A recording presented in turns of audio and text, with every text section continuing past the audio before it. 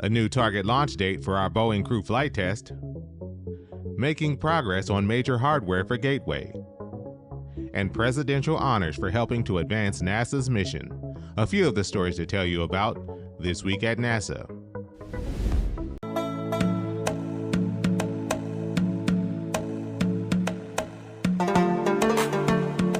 NASA, Boeing, and United Launch Alliance are now targeting no earlier than May 17th for the launch of our Boeing Crew Flight Test to the International Space Station.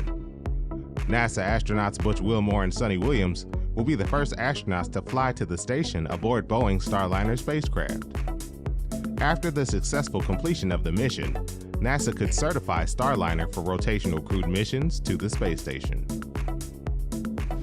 Our Artemis 4 mission is taking shape, with teams in Italy making progress on major hardware for Gateway, humanity's first space station to orbit the Moon. The first two elements of Gateway, the Habitation and Logistics Outpost, or HALO, and the Power and Propulsion Element, will launch to lunar orbit ahead of Artemis 4. HALO is one of the Gateway modules where astronauts will live, conduct science, and prepare for lunar surface missions.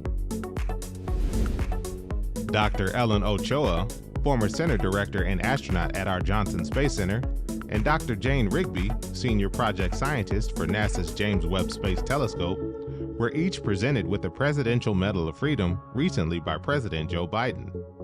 Ochoa was recognized for her leadership at NASA Johnson and for being the first Hispanic woman in space, and Rigby was recognized for her work leading Webb, NASA's transformational space telescope.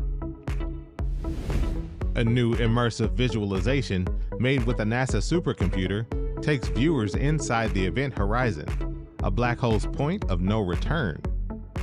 There are multiple versions of the visualization, including a 360-degree version.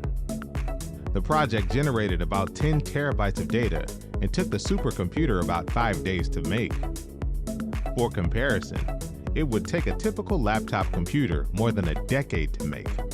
Learn more at go.nasa.gov/blackhole360. That's what's up this week at NASA. For more about what else we're up to, check out nasa.gov.